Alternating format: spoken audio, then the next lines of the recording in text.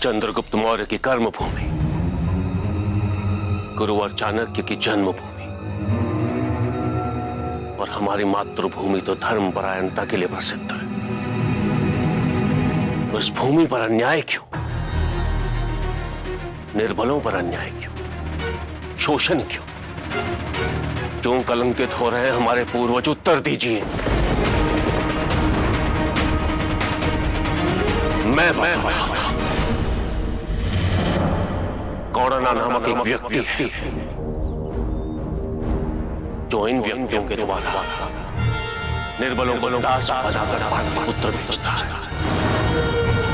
कौरना नामक एक व्यक्ति है जिनके पास सैनिक उन लोगों को ले जा रहे हैं, वो लोगों को बंधुआश्रमिक बनाता है और इसी प्रकार पाटलिपुत्र में दासों की व्यवस्था करता है। कौन है वो? ये बात आप अपने दोषी पुत्र से क्यों पूछ रहे हैं? ये प्रश्न तो आपको उससे पूछना चाहिए जो इस राज्य के आंतरिक कार्यों के लिए उत्तरदायी है।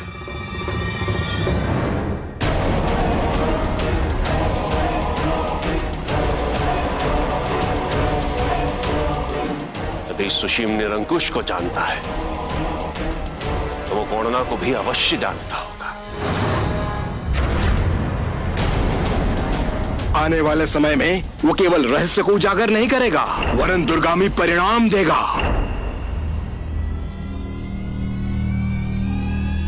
ये कौरना कौन है? मुझे ज्ञात नहीं है पिताजी। तुमसे इसी उत्तर की अपेक्षा थी मुझे। इंसान की मूल प्रवृत्ति कभी भी परिवर्तित नहीं होती है, इसीलिए मैं इन्हें अपने साथ लेकर आया और इनके साथ इनका प्रांतपाल निरंकुश और उसका सहयोगी कनन भी था।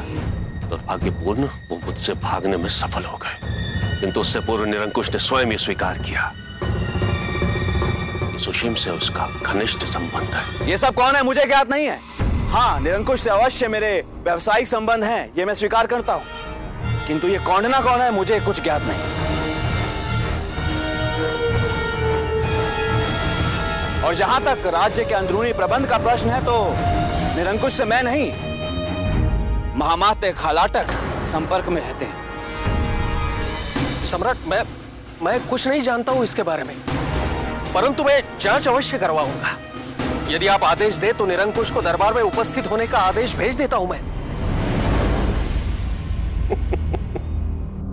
सत्य पर आवरण डालने वाला व्यक्ति ही सत्य को अनावृत करने का प्रयास करेगा।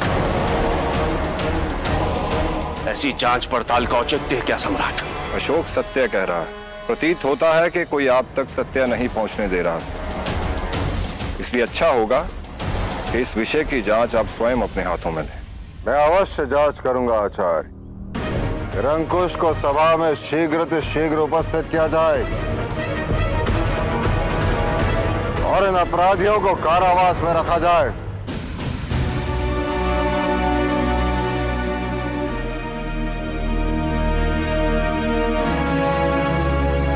आओ पुत्र, अंदर से।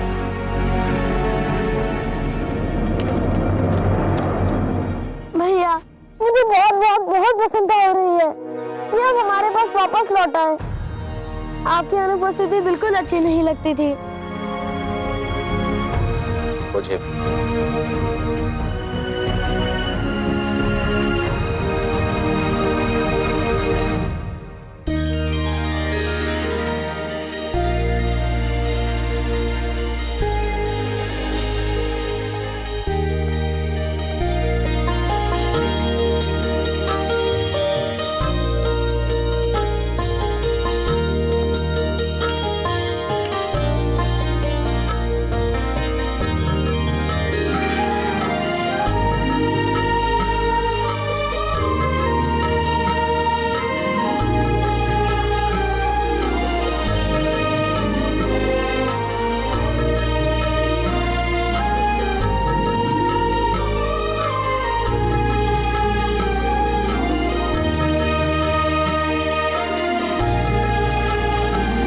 ईश्वर की अनुकंपा सदैव तुम पर बनी रहे ताकि तुम्हें धर्म और सत्य के मार्ग पर चलने की शक्ति मिले।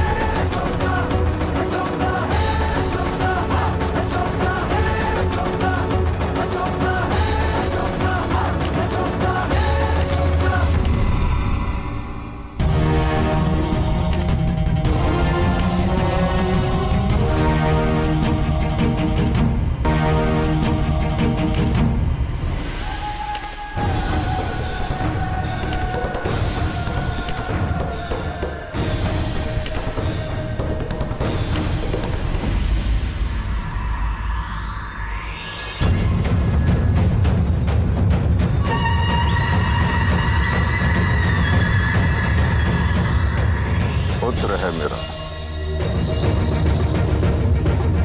तो गुण अवगुण भी मेरे जैसे ही होंगे। पिता पुत्र के मध्य इस ग्रह युद्ध में किसका हठ विजयी होता है, देखते हैं। हे ईश्वर, किसी ऐसे व्यक्ति को भेजे अशोक के जीवन में जो उसे शांत कर सके और उसकी ढाल बन सके। मैं इतनी स्वार्थी नहीं हो सकती। बेला मेरी सखी थी, उसने मेरे लिए अपने प्राण त्याग दिए। मैंने अपनी आंखों से देखा मेरे पिताजी बेला की अस्थियों को मेरी अस्थियां समझकर विसर्जित कर रहे थे, और मैं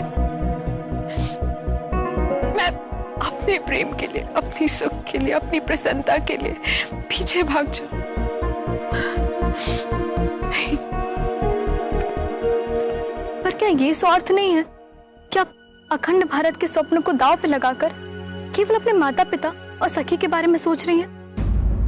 आपको विश्वास है ना कि चंड, मेरा मतलब है कि राजकुमार अशोक अखंड भारत का निर्माण कर सकते हैं?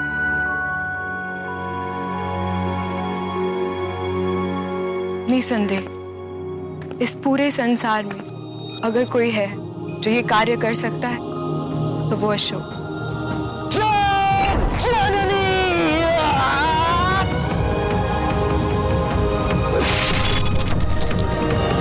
मैंने बचपन में उसे तक्षशिला में देखा था, असंभव को संभव करते हुए।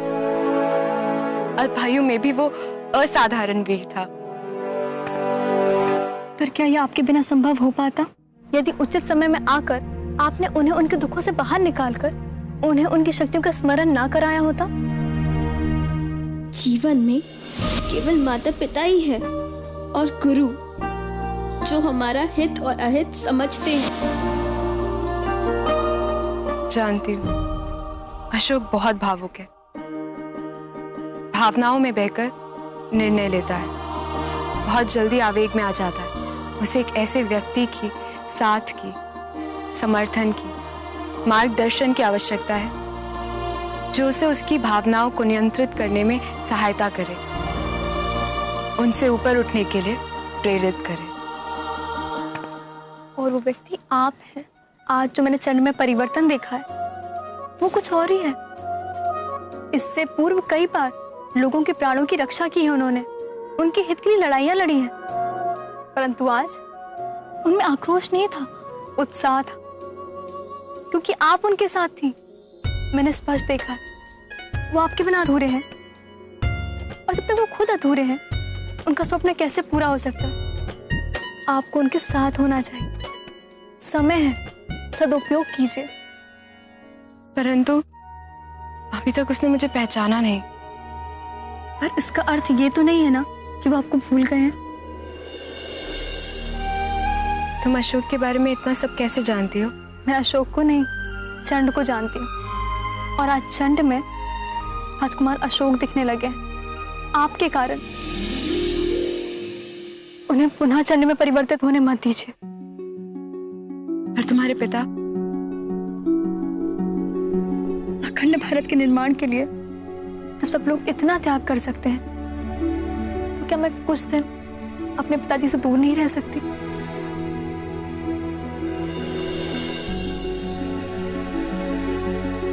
संभवतः नियति ने मुझे आपसे इसलिए मिलवाया हो कि मैं आप दोनों का मिलन करवा सकूं। और अब अशोक और कौरवकी का मिलन पूर्ण होगा।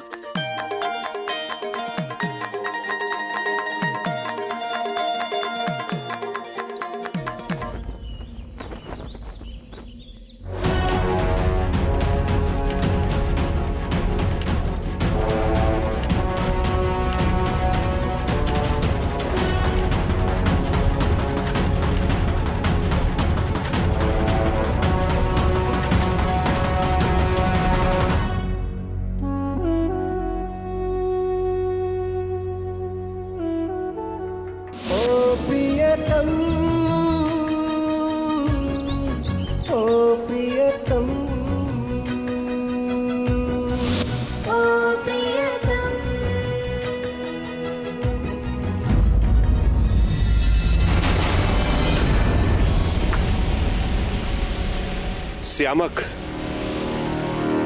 मेरे भाई,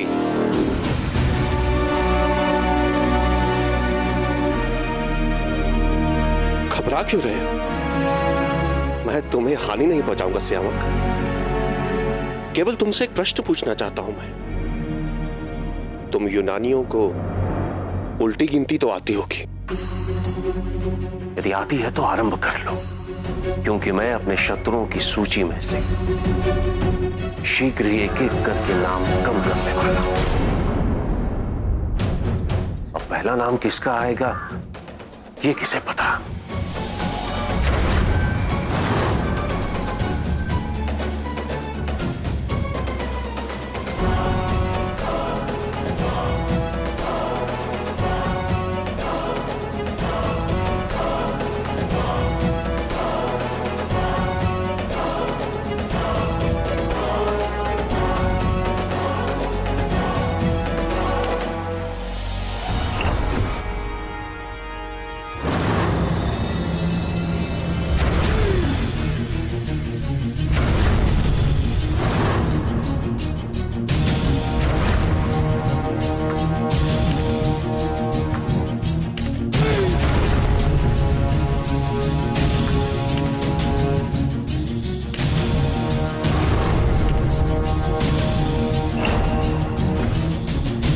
पाटलिपुत्र में तुम्हारा स्वागत है अशोक, किंतु अधिक समय के लिए नहीं।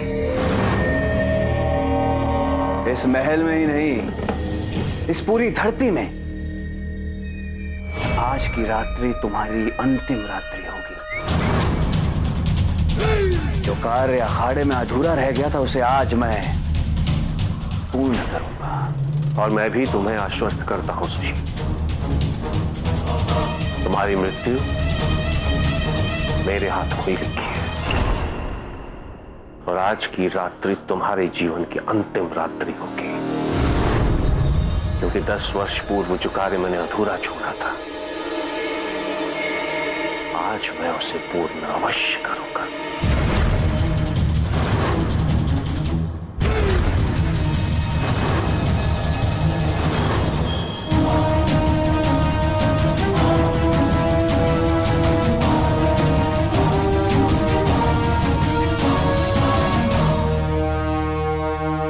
आचार्य, इतने वर्षों से जिस दिन की प्रतीक्षा थी, अंततः वो दिन आ ही गया। अब क्या होगा आचार्य? भगवान विष्णु ने वचन दिया है कि वो कल की अवतार लेकर इस धरा से समस्त दुष्टों का संहार करेंगे और कलयुग का अंत होगा, फिर से सतयुग आएगा। उसी प्रकार अशोक भी राजद्रोहियों का संहार करने के लिए कुछ भी करेगा और आचार्य चाणक्य के जीवन के लक्ष्य और उनके स्वप्न को साकार कर स्वच्छ अखंड भारत का निर्माण करेगा। योजना तैयार है और आज रात इस पवित्रीकरण के कार्य का शुभारंभ होने जा रहा है। आज रात? आज रात क्या होने वाला आचार्य? अखंड भारत के निर्माण की यात्रा का शुभारंभ होने जा रहा है।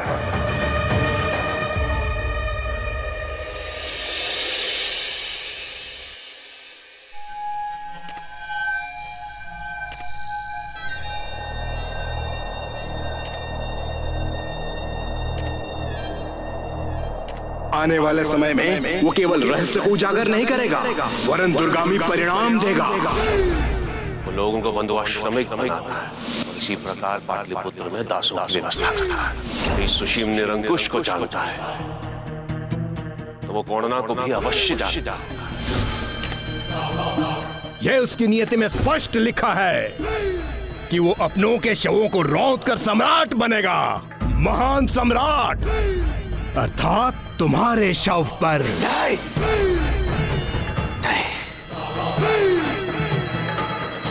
ये मायावी दानवी शक्ति प्राप्त करने के लिए बहुत कुछ सहा है मैंने। ये सब ऐसे व्यर्थ नहीं जा सकता ना।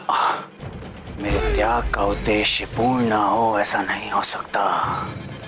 जिस लक्ष्य को पाने के लिए मैंने ये सब कुछ किया है उसे मैं प्राप्त करके रहूंगा आज ही।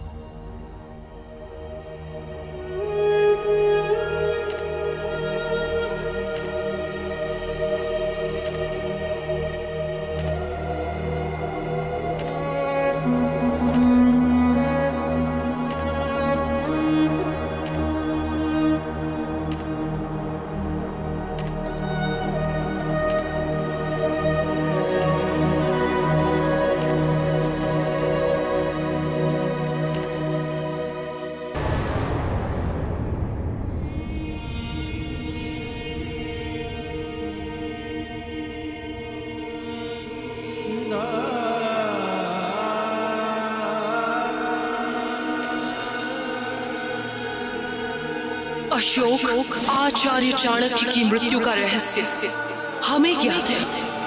चाणक्य की हत्या के रचयिता सुषिम।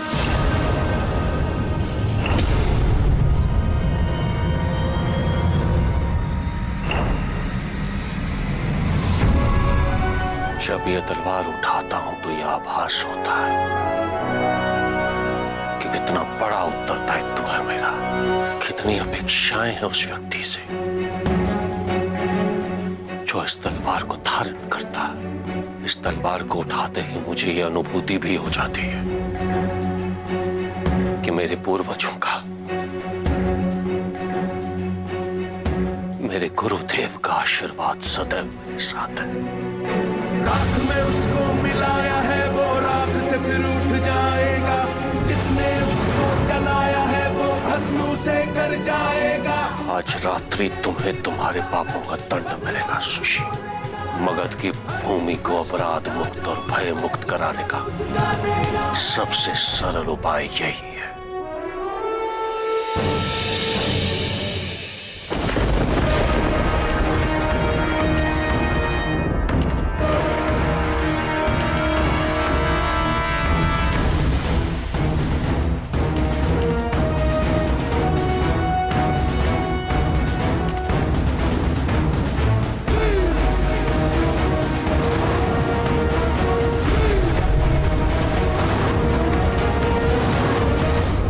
तुमसे भी प्रतीक्षा हुई नहीं।